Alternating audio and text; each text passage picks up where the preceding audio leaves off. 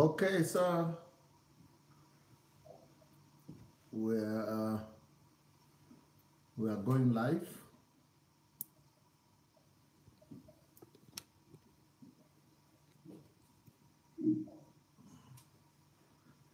Yes, sir. Yes, we have some people there on YouTube who are already there.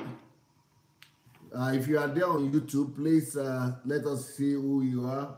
Okay, we have Vanessa here. All right, we have Vanessa is already on YouTube greeting us.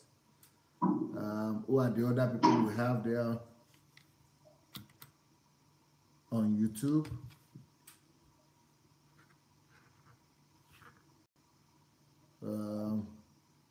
Actually, is connected. Okay, we have Alex Maxwell, Elizabeth Elide. Okay. Welcome everybody. We're going to go to join the Facebook team soon. And we have Bell.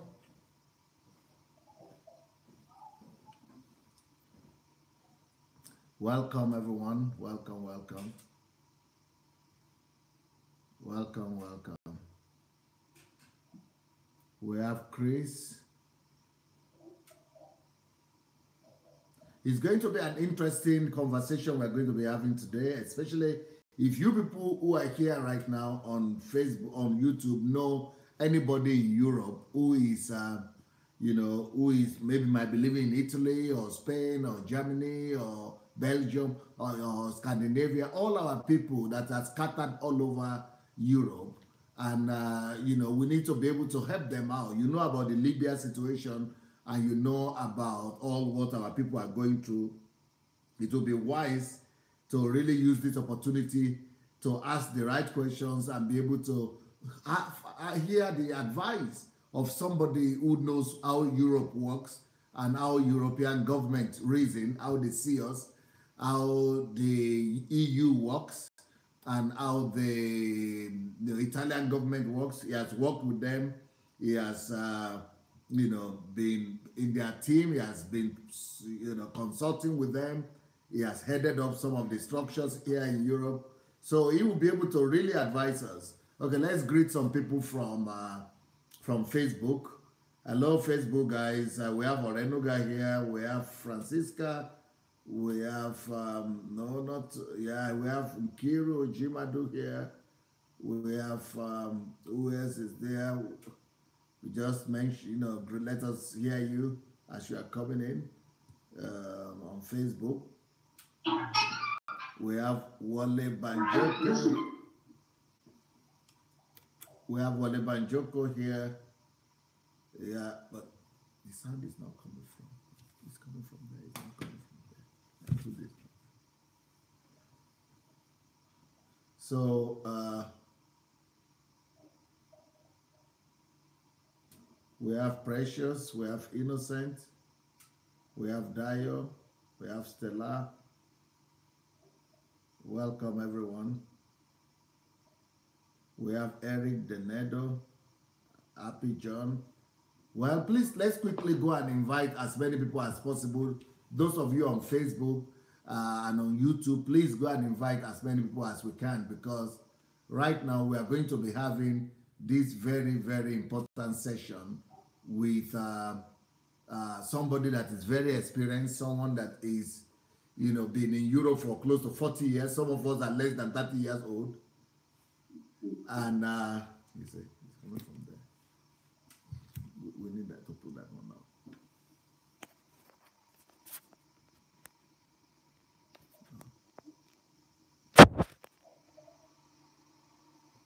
That's something we didn't plug. You see. So we need to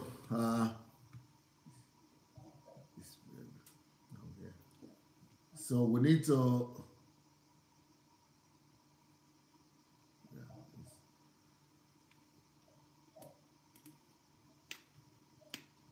we need to invite as many people as possible, please, because this Libya situation, I don't think there's anybody that knows how things work in this Libya situation more than our guest today.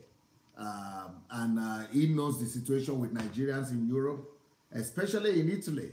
He himself lives in Italy and he has worked with Italian government. And he's been in Europe for so long that he knows exactly what the problem is. So I want to call upon all of you, please, if you know anybody in Italy and if you know anybody in Europe, please go and invite all your friends in Europe and in Italy, and let's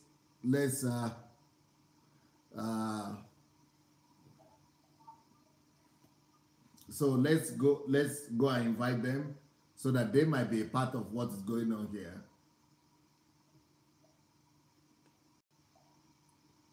So that they could learn, and we could all know it doesn't have to be Italy. Any part of Europe where people are in today, we need everybody to come and call them and call everybody so that we could know what we could learn from this particular conversation today. We need to do what we can to learn today, and so the person we have with us today is Mr. Barry Ibeare. Hello, sir. Hello, Pastor Sunday. Yes, I'm not sure I want to know if people on Facebook or YouTube are hearing us well. Or maybe we should plug it to that. We need to, it's the television somewhere there. Okay, I think it's loud enough really, but we'll see. Yeah, so then plug it there. Hello, sir, can you speak now? No, it's from television. It means it's not plugged to this. Something is not plugged to television. Okay, it's coming from television. Television is supposed to be off so that it comes here. This something needs to be plugged to television. We have to plug it here. So, yes, is it loud enough? Oh, they said it's loud and clear. So we want to hear from Mr. Berry. Tell us about yourself, sir. Well, Pastor, first and foremost, I have to thank you and thank all the viewers around the world. I just want to say something before I say it by myself. It is not much how much we give, but it's how much love we put in giving. Okay. That's what matters. All right. People call me Engineer Barry. I'm an engineer by profession, but today I'm putting my title behind me. Okay. Because we're talking about serious business. It's not an engineering business. Yes. This is saving people's life, touching people's life, and trying to make change in people's life. I live in Italy, and I speak 3 or 4 European languages: Italian, Greek, Portuguese, and English. You speak Portuguese as well? Yes, I do, sir. Wow. Italian, Portuguese, and English. English, then Italian, Portuguese, English, and Greek. And Greek? Modern Greek, not ancient Greek. Wow.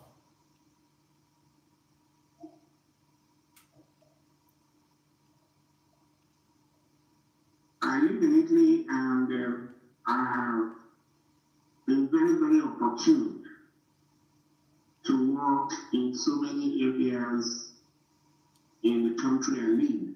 Okay. And it's not because I'm the best, but it's not because I keep my records straight. Okay. And I have to explain, I have done a lot of jobs with the Italian government. Okay. I have worked with a lot of bodies as a consultant on immigration, especially, and migration. Okay. And that's what I've been doing. And I've headed a lot of I was formerly the national president of our Nigerian community in Italy. And And also, I belong to the European National Body on Immigration. Okay. And I represent the African Body on Immigration. All right. And I happened to, just about 3 months ago, the European community gave me an award as the best cultural mediator for 2017. I'm a Nigerian, I'm an African, and I'm proud to be what I am.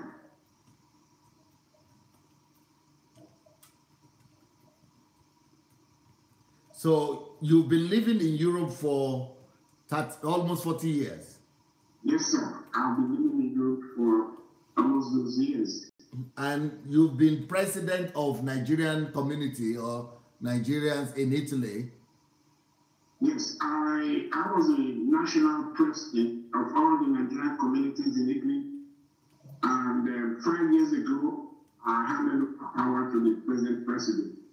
And when I handed over power, I left 46 Nigerian associations across the whole of Italy.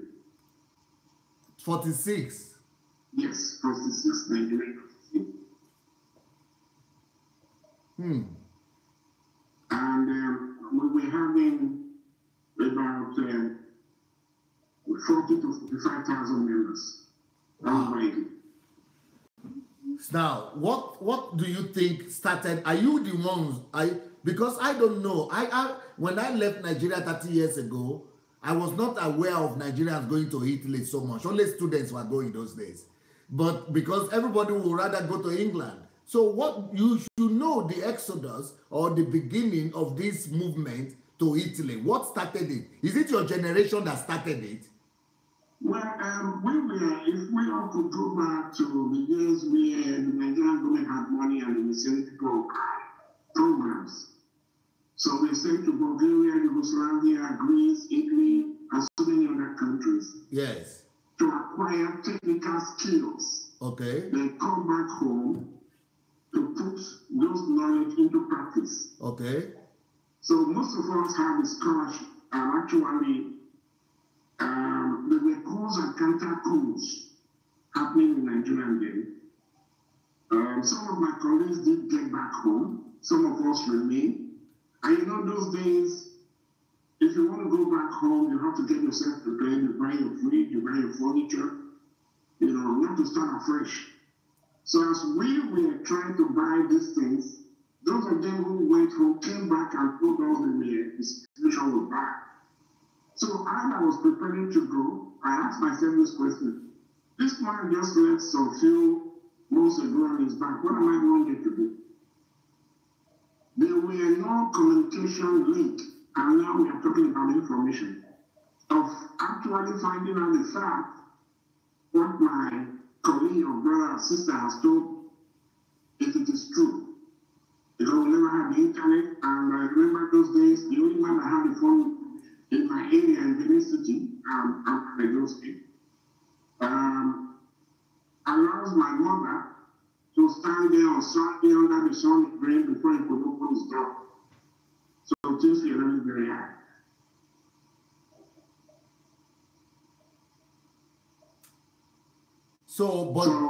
Yes, but the people who came on scholarship, people like you were educated, you came for education. But what I'm asking is, when did we begin to have the immigration of unskilled labor who are not even going to Italy to study? Then we started having prostitutes. Where did all that menace begin from?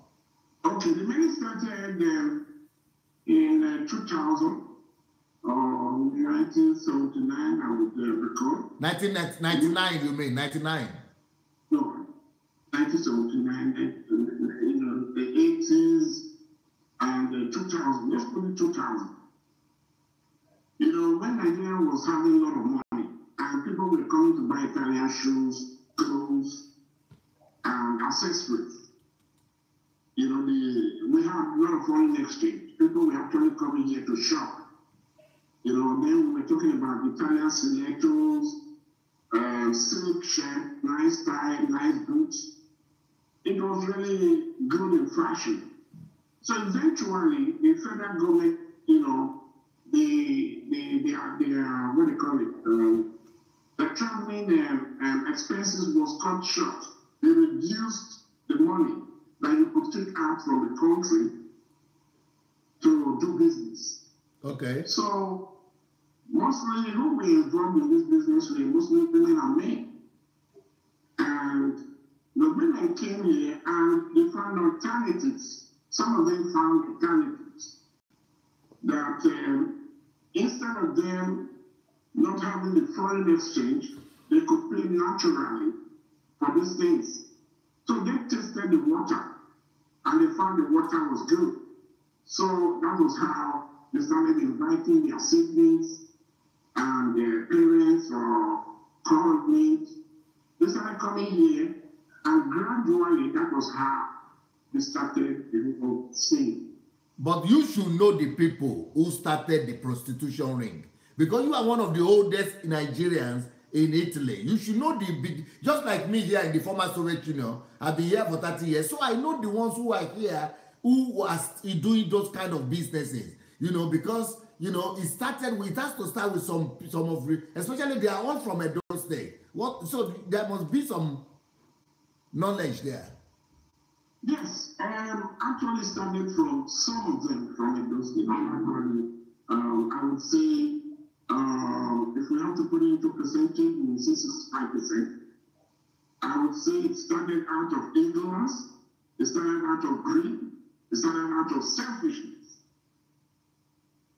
So they started it and they tested it themselves, some of them, not the whole of them, and they found out that, if there's no buyer, you only have a market.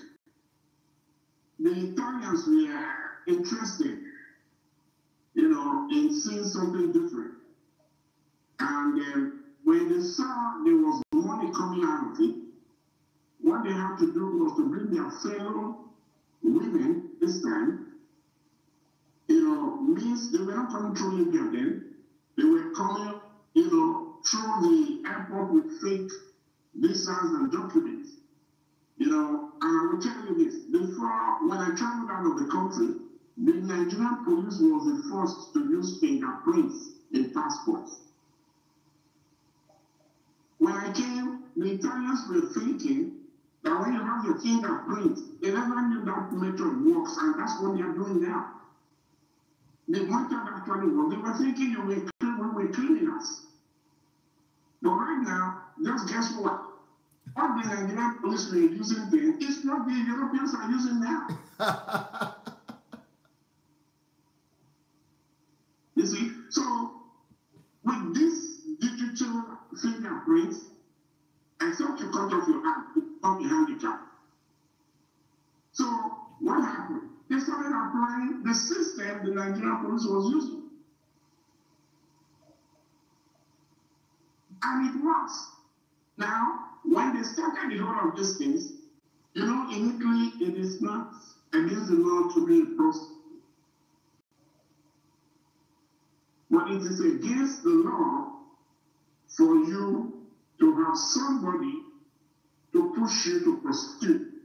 That is the madam or the oga or the pushers or the pimps or the kingpins. So, when the Italians started experiencing all these things, Italy is a country where they have been fighting the mafias, so they know how to fight crimes, organized crimes. So these Nigerians, most especially, instead of doing things decently, like they do in other European countries, they started doing it on the road. It became an eyesore that they have to look for. Who are behind these things? Now, they came up with a law, and the law says, if you are able to say who brought you to this country and to enslave you into prostitution, we will keep you in a safe place, give you papers to stay, and that person will be prosecuted. But guess what? They didn't say that innocent people should go to jail because they have their ways of investigation. You can run, you can't hide. So they would put that person under control, make sure actually they are catching the big fish. Then keep these ladies in a safe place because a lot of them came out to say they went to do some rituals, they took out their body, their hair, and all this stuff, which I don't believe. So the Italians were actually against this. So what happened? When the hit was on these people who were trafficking these girls and enslaving them, they started running to other European countries to expand their business. So it was from Italy, as the police were after their legs, they started running to Spain. From Spain, they went to Greece. From Greece, they went to Portugal. From Portugal, they went to France. All over Europe. The same people. It became a lucrative business. So that was how the whole thing started. The Italians were actually trying to contain, but you know you can't contain this thing. To the extent, they even send people to study their local languages. But unknown to most of these women and men, they were listening to their conversations. So they would take a translator from a Nigerian translator who speaks Benin, Yoruba, or Igbo. Not unknown to those translators, that the man sitting next to you understands what is asking him to translate. So they really try their possible best. I am not trying to tell you that some of the Italians were not involved too. Because when it's a lucrative business, somebody has to be involved. But I'm telling you that a major part of it came from Nigeria and Edo State. But Nigeria has 36 states. Why Edo State? That's what I can't understand. Yes, see, if we have to go, I just made a point, Pastor, about ignorance, greed, and selfishness. Ignorance, greed, and selfishness. People trying to get rich quicker. They fail to understand one thing. And most of these people, I will tell you, we are not talking about illiterates. We are talking of people who went to school. I don't want to go into a lot of people who have a different program. Most of them goes to most of these churches, pastors, babalawo, or whatever you call native doctors. You know, calling men and women to pray for them so that they can be able to beat the police at them. When they are passing the border, the police do not see them. So greed, number one, ignorance, number two, then selfishness. Because that selfishness comes into it is you just want to get rich quickly, and where are these riches coming from? You are damaging yourself, damaging the country, damaging the state, and damaging people like us too. So we need education, employment, and enterprise to help the situation. But it would have been a big problem for you being the president of the Nigerian community. How did you tackle it? What were the things, what were the questions the Italian government were raising with you? In what capacity were you working with the Italian government and the Nigerian government? Well, the capacity I was working, it was a big problem. I will tell you, give this witness that even to the extent I was being threatened. By who? By the sole gang of criminals. The mafia. Yes, not the Italian mafia and the Nigerian mafias. That because these guys, they have to work and pay money. And I will tell you, in my life, I've not seen such money in my life.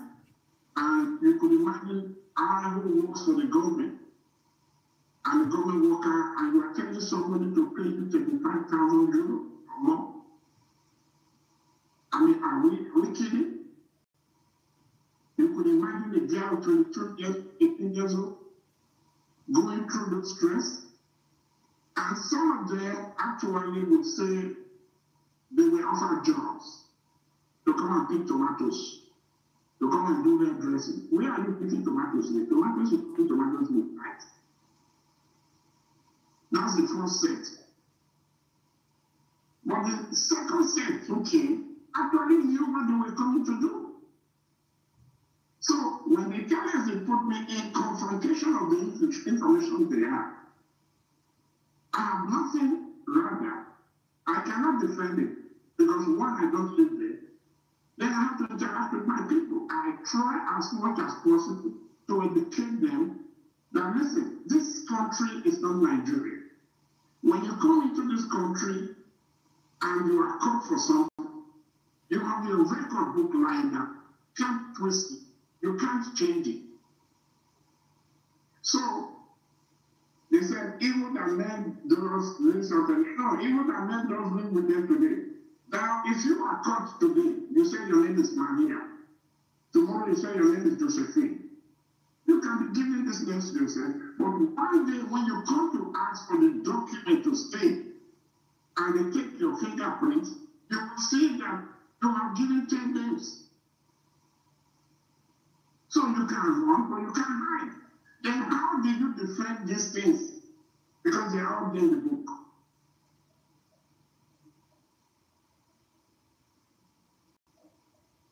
So there are certain things, all we need is to educate our people. I have tried so much with all the tools and means I have. But you know, it's like you going against the law. You know, people will say, oh, you came here to study, why are you stopping us? We came here to make money. And the money they have been trying to make since the past 30 years, they're still looking for that same money. So I don't know where they are going with that money. But you live in Italy. How come European Union? You are also doing the cultural something and you got an award from European Union. Is it a question that is bothering the European Union too? The question bothers everybody. You see, about 10 years ago, I did a project. I was called upon and they asked me on a project on the influx of migrants from African sub-Saharan region. Before this Libya thing that is coming out has been on for about 10 years. So I gave them the reasons and I gave them the solutions. The question is, what can we do? And how do we do this? Now, what we do is to have them in their country before they start coming here. 10 years ago. Yes. And how do we have them? You see, I remember when I was growing up, we had what called vocational schools and technical schools. Yes. Where people go to learn skills. Yeah. Shoemaker, paramedic, mechanic, electrician, plumber, call it names. Now in Nigeria, the universities are more than the technical schools. Nobody goes to a technical school. Everybody wants to sit in the office and put on the office and put on the internet and begin to move. Everybody wants to become a man. So it means that the Italian government and the European Union didn't listen to your advice. Because what they have done and what they have done, you have to tell me if this is true or not. What I know that they have done is that they are now giving money to the Libyans and to the Libyan government and militants to stop the blacks from coming. Instead of giving the money, like you said, to do the vocational schools in the countries where people are coming from. I spoke to Caritas, like what you just said. It is true. It is true. You see, I would want to point this out, Pastor Sunday. Let's look at this point of view. I am in a village, and you begin to see 3,000 white men coming to my village every day. Every day. In a village. What would you do? We have to call the authority. Now, when this something of Libya started, the Italians were able to contain it to a certain extent. But when they became too much, they had no alternatives. And you know the pressure on the politicians to deliver. People are suffering. I will tell you, it's affecting me. It's affecting those good Nigerians. We have doctors, we have lawyers, we have journalists. We have people, good Nigerians, good Africans doing their jobs in Italy. It affects us. Now, what do? They try to contain it, and they cried to the European Union and said, listen, we are having more than what we can take. Please help us. Most of the Eastern European countries slammed their door. They said, it's your problem, you deal with it. And right now, the Italian government is going to election. What would they do? So they cried to the European Union. The European called other countries nearby. They refused to take them. Why? Because you all know this. The Syrians and the whites, that couldn't speak. They were taken by the Germans alone. And the blacks were left in Greece and Italy to suffer. Then those of them who couldn't come here were left by themselves. And when they came here, there were structures put in place before they started paying the militants to stop them. Now, in Italy, when they started receiving them from the boats, in Lampedusa and Catania and all these key places, they are not very far from Libya. Okay? Undermining, they have break the norms and rules. We all know what it takes for you to break the laws, come into a country without papers, non-identified people. Because these people were brought in by traffickers. And if you see the money they spend to do this whole trip from Kano, Niger, Libya to Italy, it's much. Much money is spent there. Sometimes I ask them, why don't you use this money in establishing your business? Then we go to the point I just made, greed. Now they came into Italy. Italy was taking care of them. And what they do first, when you come into Italy, as you get out from the boat, they would rescue you. Then take your fingerprints. Okay? Now you'll be trapped in a cab. A very big cab. Then from there, they begin to distribute you into smaller cooperatives. That's where the business starts. Because everything here is business. The cooperatives, now you distribute it to the cooperatives. But first and foremost, I will tell you this. They would go through your medical checkup to see if you're sick or you had any problems. Some of them were shot, bruises, they were being treated. Because in Italy, as somebody is asking international protection, you are not supposed to pay for treatment. They don't take money. Any kind of treatment. Some of them have a lot of trouble. They offer these services for them. Okay? Then they are taken to the camps. Then in the camps, you will stay in the camp or in the cooperatives. The United Nations for High Commission for Refugees pays for the protection. One, the money they pay to the cooperatives who are taking care of this migrants is 32 euro per head every day. And these boys and these girls are given 17 euro 50 cents as pocket money. Then what are the conditions? They would ask you first to study the language. Most of my brothers and my sisters don't want to study this language. Okay? While they are waiting for the 6 months permit, they will give them to stay.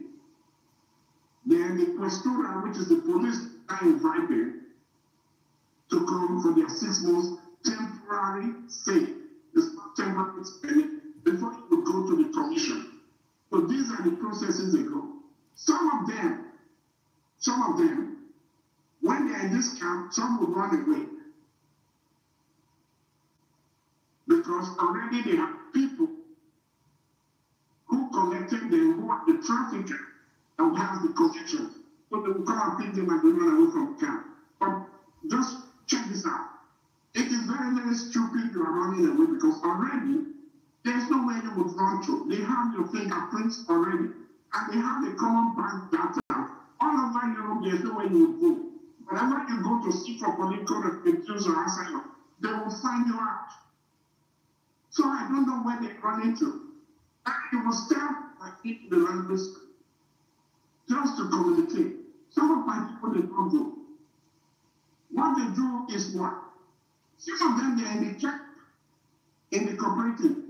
They're going about looking to load dinner, meat, fridge, home fridge, television, computer, because of what? Greed. They want to make money again. Listen, these are refugees seeking for international protection. We all know this in Europe.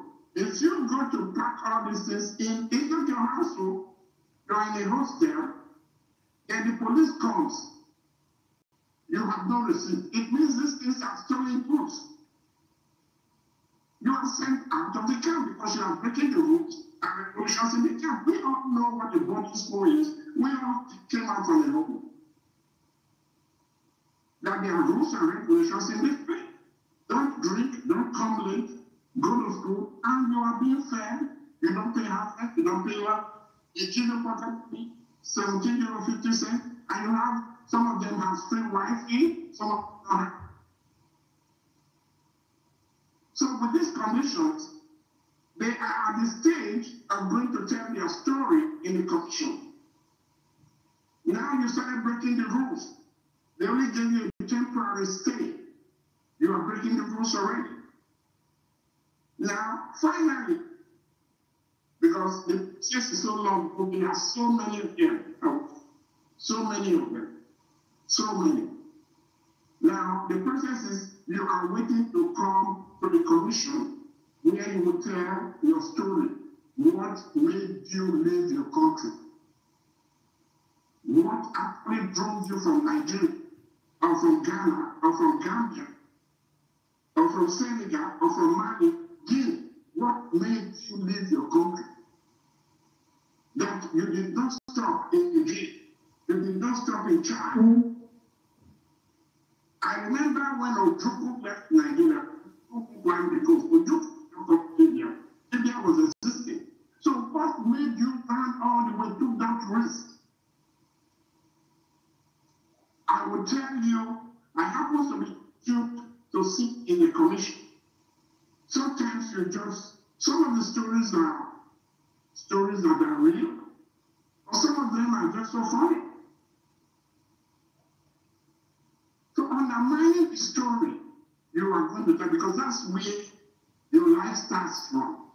It asks you to tell me who actually pushed you. That's the most important thing. What happened to you that you couldn't stop in Ghana, you couldn't stop anywhere? You just said Libya. And the people you are telling these stories for are experts. They have been to Libya, they have worked with Libya. They are talking to policemen, they are talking to psychologists, they are talking to members of the United Nations. These are experts. Now, they will tell their story. We have the commission in the prefecture. The prefecture is where they go for the commission. They will tell you this. In the commission, there are 3 types of protections you can get. In Europe, we have 2, but in Italy, they have 3. And I'm going to tell you about these 3. In Italy, we have the refugee protection, we have the subsidiary protection, and we have the humanitarian protection. These are the 3 kinds of protections you can get in Italy. 2 of these protections, the refugee and the subsidiary, are international protections recognized by each country all over the world by the United Nations.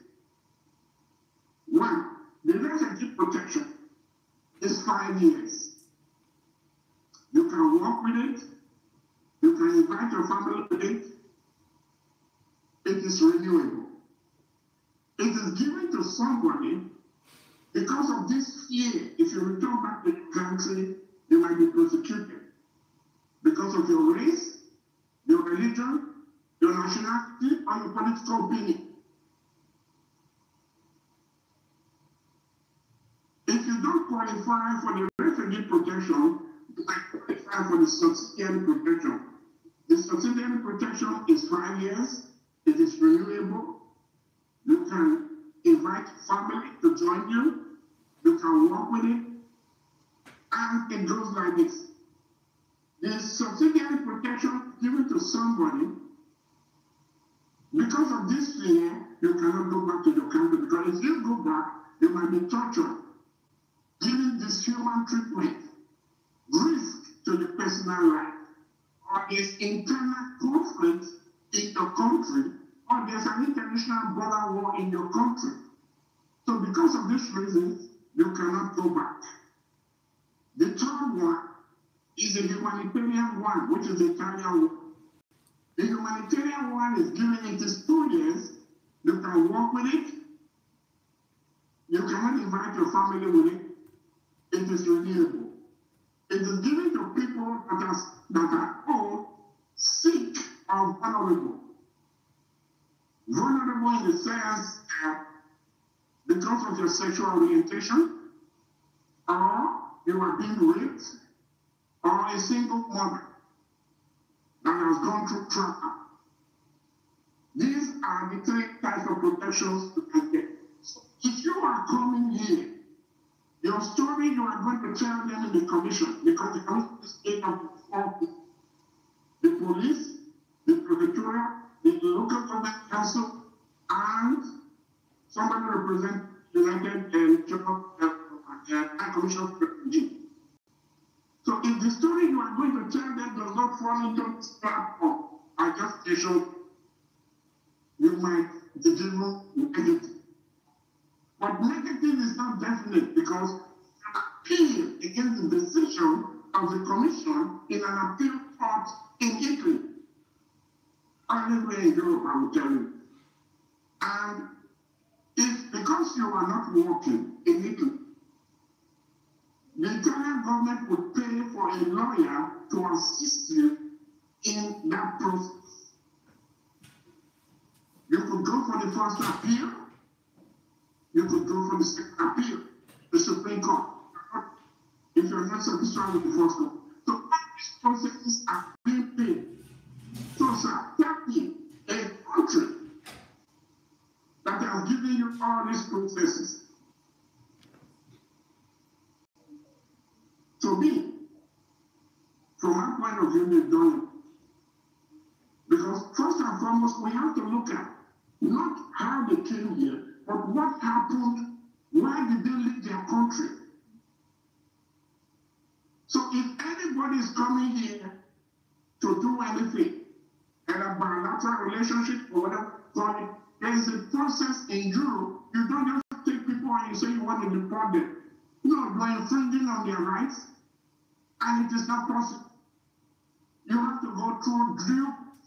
What is the due process? If they've not committed crime, they don't deal on drugs, they are not violating the Constitution, they have to, the court has to come in and say, yes, these guys, these men and women have violated the rules and okay, my go. And I must tell you this, the 26th Nigerian that died, I'm so sorry. I wept when they were being buried. I didn't see nobody representing us. They were buried in a place called Salerno, after Napoli. It's called Naples. Salerno is after Naples. And the cemetery is called Cimitero Urbano de Salerno. That's where those people, the 26 of them were the ones that were washed on shore. But how many have died and we don't know? So many. So many. I cry every day, and I just pray to God that one day, if I can't do what I'm doing or what we are doing, it will be the saddest moment. So I am appealing to my brothers and my sisters all over the world. Let's put our hands together. Let's help ourselves. God is coming to help us. Let's go to the root of the problems. Rather than talking, we should act. We should act. The faster do this, the better it is. And I will put the global myself. Why are we having this pregnancy in Libya?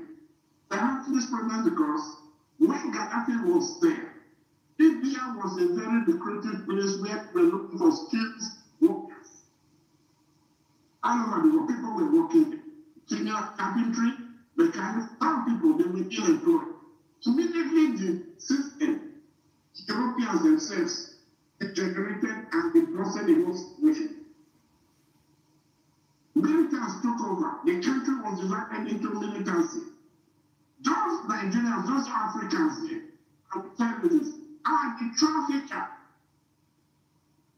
who started bringing their brothers and sisters looking for things to meet. And you know what? They cannot act without the citizen. Anything that brings money, most of these people, they like it. So, first and foremost, we should address ourselves as Africans. Because if you don't sell your brother, the Libyans will not buy. It is free. In Libya, they have what they call clanqué. Clanqué is like, they will put you there and ask you to call your family to bring home.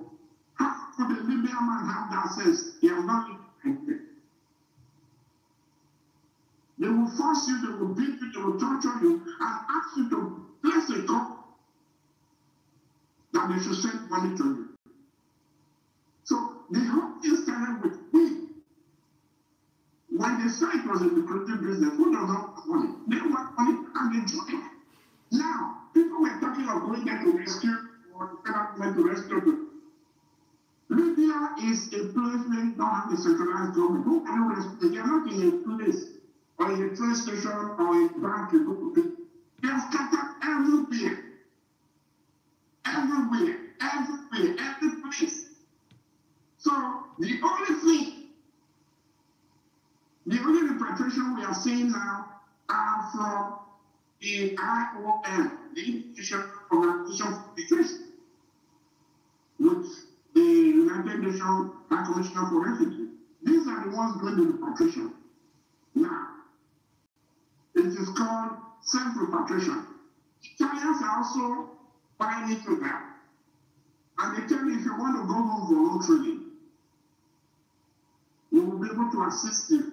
But guess what? I want us to stand in one ground. Going home to do what without skills, going back to what they learned back to, learn from, you should also plan. I'm begging the European community, the European Union, but parliamentarians and the Africans.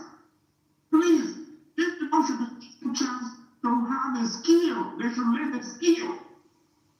Instead of sending them back home that way, give them a skill, give them the tools to go back home. Otherwise, we are not going to do the same thing again. You give them money, okay, they go back home. They use that money to come back again. So what are we doing? The Bible says affliction should not happen to us time in our life. So what is affliction? Something that is affecting you and would infect us. So why would these people go home with us? We should give them skills. The Europeans, they have the tools. If you look at a lot of these people on pension, they are still young men. They could teach them, brush them up, those of them who have skills already, because I'm telling you, not everybody that comes from India is a nurse or did not go to primary school. Some of them are graduates, some of them are skilled, some of them are mechanics, some of them are good paramedics. Let's put our trust on this young people by giving them skills and let us give them these tools to go back home and make our place. I would like to say a few things, sir. Yes, Yes, sir. Some people are asking, writing me now and said that some of them are victims of this situation. Those of you who are victims and you are still in Europe or you want to come and tell your story, please get in touch with me by writing to VIP, that is VIP at godembassy.org. God and Embassy, one word, godembassy.org. VIP at godembassy.org. Write to me and tell me your story or tell me what you want to share, and we'll be able to hear from you. I also want to tell everybody that is watching now to go and call people that you know all over Nigeria and all over Africa, all over Europe, so that they will know the story behind what is really happening. That this thing is not as rosy, it's not as easy as they are talking about, and so that they will know the situation that they will probably find themselves in. Now, what are we doing? What I'm personally trying to do, I started this challenge that is called Libya One Challenge. Libya One, $1 Libya Challenge. Libya One Challenge is we are using an international pay program that is called GoFundMe. So what people need to do is to go to GoFundMe.com/Libya One Challenge. And then we say put $1, but the GoFundMe company says no, you cannot put $1. You have to put minimum $5 because they want to get something for their salaries and things, I think like that. So $5 is the minimum amount, but I think most of us can afford $5. So let's go to GoFundMe.com/Libya One Challenge. What do I want to do? I want to be able to gather $1 million, and then I want to double that amount with my own money from my own pocket. And that money, I want to also get people like, you know, people like, you know, they brought Berry, you know, that's the Mr. Berry that is here with us now, and other people that are already working with these people to advise us and to help us to know how to best spend that money.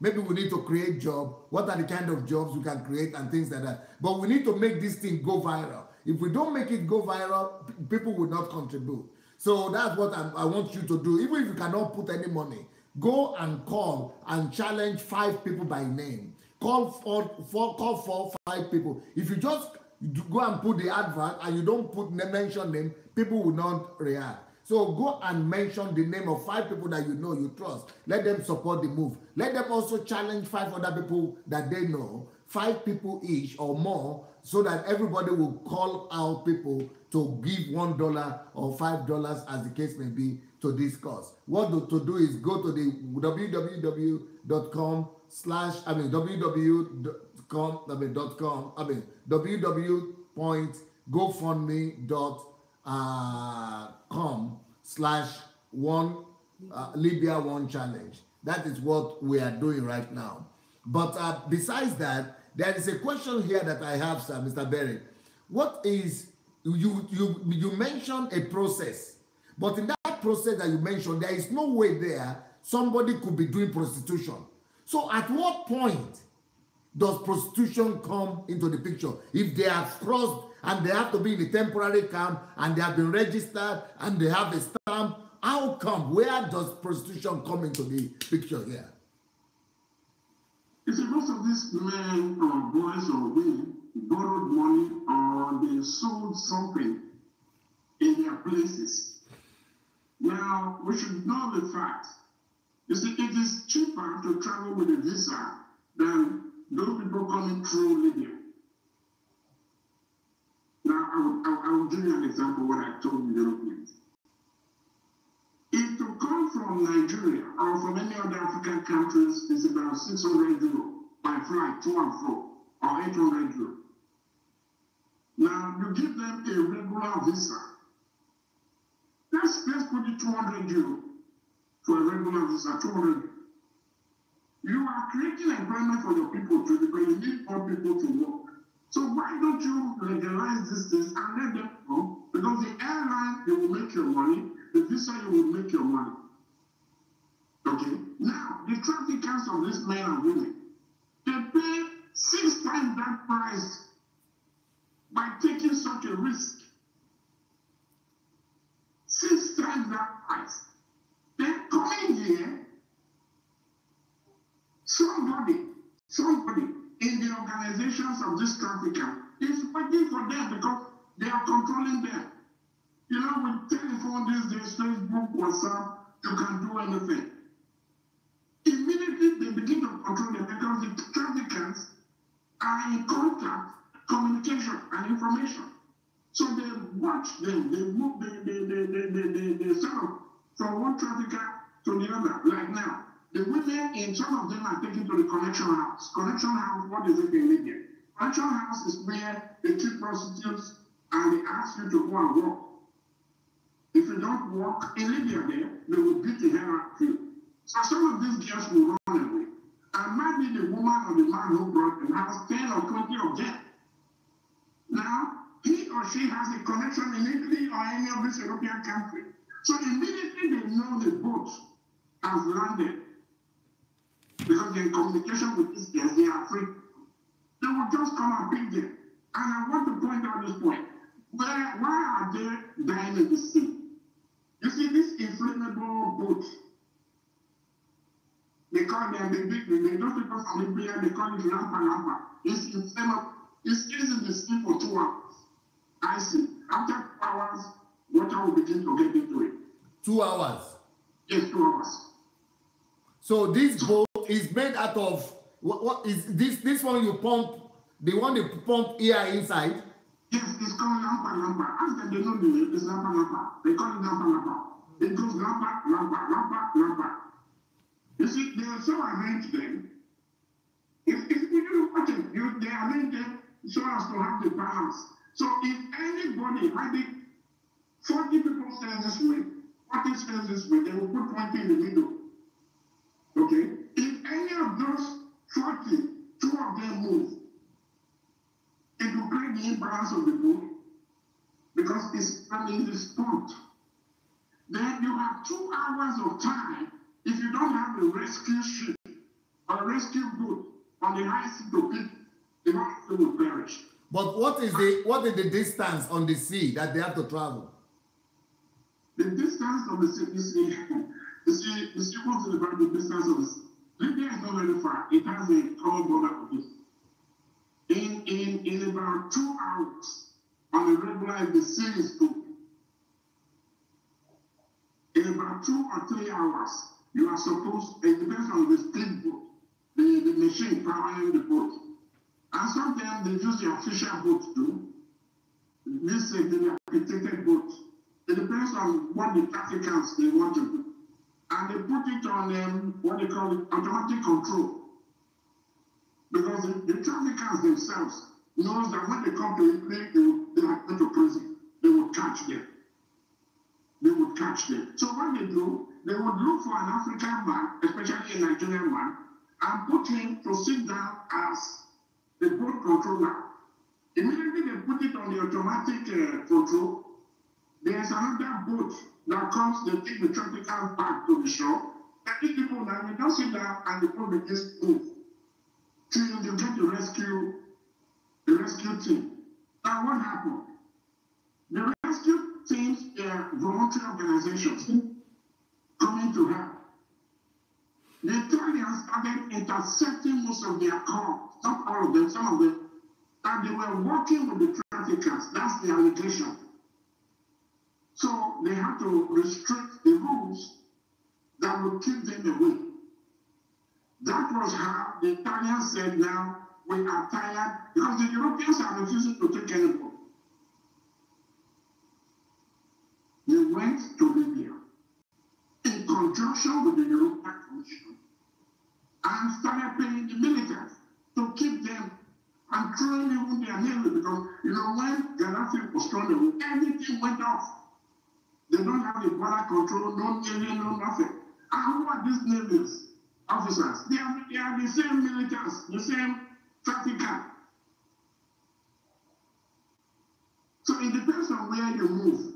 If you are living Tripoli, Sobrata, or Saba, and the David officer is from Tripoli, he will shoot the boat. And when he shoots the boat, what happened? The whole of them will die, because in my village, I was I don't know how to swim, even at this age. So talk less how many people came from my place and goes out to swim. They will perish. So as these things were being restricted on this rescue group, because somebody, they were rescuing them, Malta is not very far from India. Malta refuses to take the bulk of them, so they are completely became a trouble for the government. And they are going for election very soon. So you could imagine what would happen. Nobody wants to lose his place. So they have to do something. So they have to go there and negotiate with these people and tell them what to do. The European Commission, they are quite aware of what is happening in Libya. Let's not be deceived by anybody. It is the outcry of everybody now that has awakened the people. People are asking themselves, no, this thing has been going on by the back for quite a long time. And who are the core parts of all this? African leaders. How many, do you think, but these are not only Nigerians, how many countries do you think are involved? Okay, the countries that are involved, Nigeria, Guinea, Ghana, Gambia, Mali, Senegal, these are the countries in Niger, why is it, Niger is closer? Why is it that their people, why is it that their people are not involved? Their people are not involved because the first stop is improving the economy. It is improving the economy. What about Chad? Chad also is closer, but Chad people don't go. Because I think it's because of the mindset also. It has to do with the mindset. You just said it. The mindset. That's total ignorance. These countries nearby are making money out of the migrants because their petty traders will sell their house. In the bush houses they have, nobody was renting it. The prices will go up. So nobody is complaining. If I feel well in my own backyard, in my own, how am I coming to pay your bills?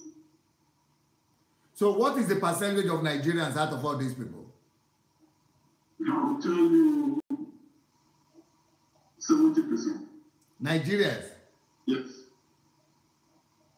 I will tell you that. And I will give you the statistics of last week, those of them who went on self-repatriation. The Nigerians who went on self-repatriation, being organized by an international organization for migration, was about 5,000. The Guineans were 2,000. When? And also last week, my statistics I got from the international migration. Only last week? Yes. 5,000 Nigerians? Yes. And Ghanaians 2,000? No, the Guinea. 2,000 Guinea. Yeah, Gambia is 2,000. Mali is 2,000. Senegal is 973. Ghanaians is 2,300. If my statistics are right. It's for how many years? Just recently. This one is just this last week? Yes, just recently. So many people are coming like that? 5,000 Nigerians, just the voluntary ones? Yes, and because now somebody sent me a video. I will just tell you what happened now. Somebody sent me a video telling me that in Libya, the Nigerian embassy is taking money from them to send them home. So luckily for me, the charge the affairs of the Nigerian embassy in Tripoli was the third in command of the Nigerian embassy in Rome. So I have contact with him. I called him, he was not picking, and I sent him a text. I told him, I said, sir, use your good offices to fish out these people that are profiting from the poor and the poorest. So he sent me back a text immediately, telling me, Barry, there are 3 kinds of repatriation. One is being organized by the International Organization of Migration with the United Nations, which the doctors I just quoted for you was what they do. Then the other one is being organized by the Nigerian community and the Libyans themselves.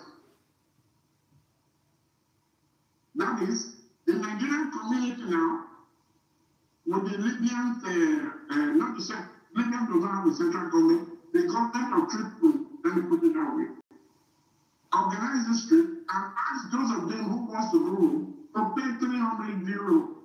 Now, what is happening is this. The Nigerian embassy was approached. For Nigerians not to use it as business, they volunteered themselves, the embassy, to be doing it on behalf of the Nigerian community and the Libyan government. Now, what happened? For them to, these people came in illegally. The traveling certificate, because you cannot leave Libya without a traveling certificate, that the Nigerian embassy does is free of charge. Okay? Then the Nigerian federal government promised they will be sending their own aircraft. As of yesterday, Sunday, no aircraft has landed from Nigeria. So these are the three types of repatriation going on now. So he told me, said, people are mistaking this information. Please, Jennifer, use your good information. I know how to communicate with them. To tell them actually, this is what is happening in Libya.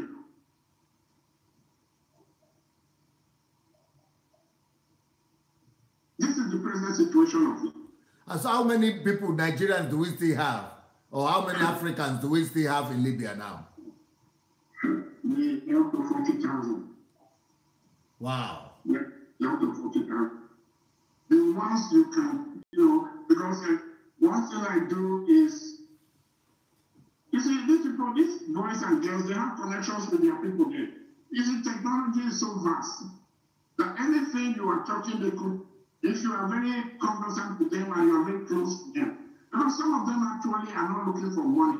Some of them, they just want somebody to talk to because they've gone through hell. They have been traumatized. And you see what? If you don't have a psychologist or somebody that bring their heads down, both men and women, their stories are horrible. Sometimes I will tell you, Pastor, I don't sleep at night. When you listen to their story, if you're a human being, I think you just thank God you are alive. What they have gone through, the trauma is too much.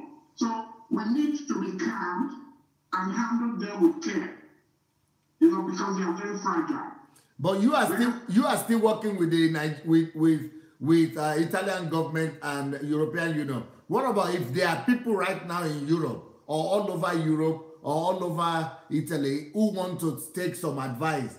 Do you think you can still help them even though you are no more the president of the Nigerian Union there? I am a servant leader. Sir, you are a servant leader. You lead by example. You lead to serve your people. I wish the government of Africa all should become servant leaders. We wouldn't have this problem. We don't have servant leaders in Africa. Some of them are recycled leaders. We need this time in our life, the 21st century, a servant leader. I have volunteered personally. I have called on all the pastors, because the churches are getting people to go through for miracle to happen. That's where you will find them. The associations, they don't go there, they go to church. But you have some, I'm showing you some churches from Italy here. You have some crazy churches over there that are just abusing people and calling it deliverance and taking money from them. I think those churches also, they need to be reported to the authorities. Those churches in Italy, they are like the ones in Nigeria. But why should they be mistreating human beings like that? In Europe, I know they have to be reported to the government. You see, the Italians, they have a policy is they watch you. They want your cup to be full. You see, they are when they're able to deal with the mafias, it was patience. They used patience. Formerly, the Italians they would just run after you, and they sorry to. Now they just leave you. You will forget yourself. But when they catch you, you have nowhere to run to. But these churches, why should they calling themselves churches? They are just abusing people and taking advantage of them. There are so many in Italy.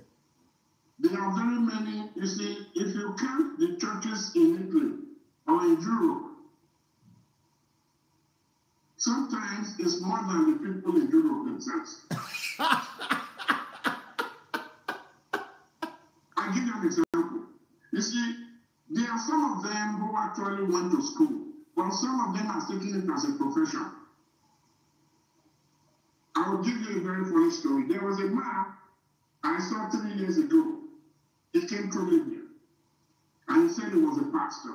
I believed him because if I had the telephone number of God, I would have called to ask who ordained him. But I don't have the telephone number, so he can tell me whatever I want to tell. After 2 months, I saw the same man again. I told him, I said, Pastor Derek, how are you? I said, sir, point of correction, Bishop. Bishop. After 3 months.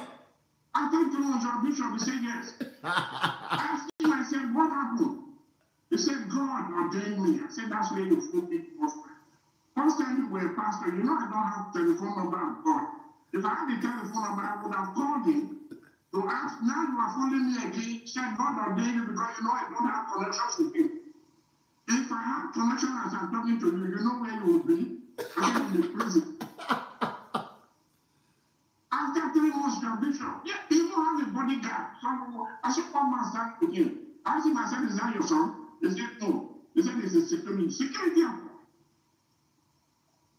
In Italy? Yes. Yes. But you know, yes. You see those churches over there? I have been to some of them. To visit? Well, you see, they said I was looking for, you see, Pastor, what I'm telling you is it is my duty as a servant leader where I could see these boys and girls gather. If they could give me 5 minutes just to give them the information that would save their lives and save the lives of so many other people, I am done. I am done. So I got there and I tell them, I said, this is what I'm coming for. Please don't use my name in collecting money. Don't use my name in raising offering. I am volunteering myself. Please. And I will tell them what I've just explained to you. The procedures of having papers in this country. What you can do to get a job. What you can do to become a better citizen to yourself, to your country, to your family. I will tell them, and I'm gone. So those churches you are saying, they are coming up every day. Every day. The only thing that is many will not saying they will carry in their bag is life teaching.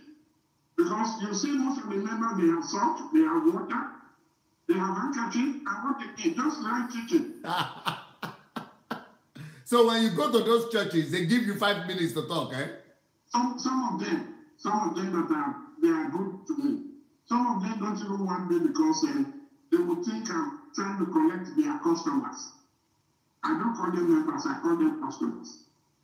Because if you open their eyes and tell them, they will come to realize then you become a target. Because if you don't tell them your mission, that you're not coming there to collect customers, in fact, I'm not the prophet, I'm not the bishop. I'm only trying But for example, I have a church here, and I actually have 400 churches here in this country, and all over the world, close to 1,000. But they are all white people. They are people of this country that come to my church. 99%. The opposite. The opposite. Most of these churches in Europe, 99% are the same recycled Nigerians. Because, one, how can you keep somebody for 4 hours when you know the Italians eat by 12 o'clock? You start your service by 10 and it goes by 2. They don't play with their food. And you begin to watch. When they start at 12 o'clock, is either that person begins to sing at higher voice because he's hungry or because he's angry. The noise is too much. So what happens? And most of these churches, we all know what they do. I think that would be a different appointment where we come to now also do. They are supposed to be where these people will go and have rest. Some of them, when they go there, they multiply their problems. So some of them who gives me the time, and I'm appealing to all of them, let us help these people. Let us give them the necessary information. You know, there is no army in this world that does not work with information. If they want to win war, the best army in this world works with information. So let's use information to help our people. Not to... How can people find you? How can people find you if they want to come and get some consultation or advice from you? What city? Where are you living in Italy, sir? I live in Bologna. Okay. Do you have a Facebook page? Yes, I have a Facebook page. So is your Facebook page Barry Igbeare? That is my name. That's my name and that's my last name. I don't have alias name. So anybody can go to Facebook now and write Barry Igbeare. How do you pronounce it? Igbeare. So the Edo people will know this name. Yes, they know very well. My face is there. My name is there. That's my first name and my last name. That's it. I have other names, but because the Italians, they don't know how to pronounce it well, so I put my first name, which is an English name, and my last name, which I have in all my papers, so I'm not hiding myself. So you've been here for almost 40 years. Are you Italian citizen or you are married to Italian also? Well, I am an Italian citizen and also a Nigerian citizen. I have two boys. How old are they? 27 and 23. And I will tell you something. Are you married to Italian? Yes. The problem we have in Italy is this. The economy is bad. We know they are under recession. The country is under recession. Now, you could imagine, I have two boys. One of them just finished the master's and the other one is in the first degree now. No jobs. So a country where graduates are seeing my sons, where would somebody who is not skilled, where would he get a job? Why deceiving ourselves? Where are we deceiving ourselves? Are you going to be cleaners all your life or babysitter or doing all kinds of things? Europe is no more the Europe we used to know. There is life better in Africa. We should all go home and develop that country. I give you an example. I was watching some people that departed from Libya and they went to Edo State. Yes. There was a boy that was saying the money they were giving him there, he wants to go back to Libya. And people were wanting to know where in Libya he wants to go to. That boy was receiving more better because he was a mechanic. And he was being paid for his job. Now you're giving him that chicken change. What do you want him to do? Instead of him or the people concerned, to give that boy the tool to open a mechanic workshop. Furnish him. None of them don't need the money. None of them need tools to start up there with. So we should stop deceiving ourselves. Give that boy the tool and let him do. So I will tell you, most of these people are well skilled enough. In Nigeria today, you don't have bricklayers. You don't have people who ties the floor. You don't have plumbers, no electricians. Because the lot of them has run away. That takes me, sir, to the next what I want to talk about. I want everybody to know that if you go to Amazon, if you register for Amazon Kindle Unlimited, you can actually have access to all my books free of charge.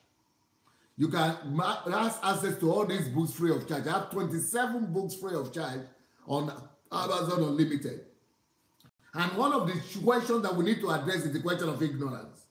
So this book is called Mountain of Ignorance. If there's anything that is killing us now, it is ignorance. So go and register for Kindle Unlimited and get the book for free, or buy it if you need to buy it.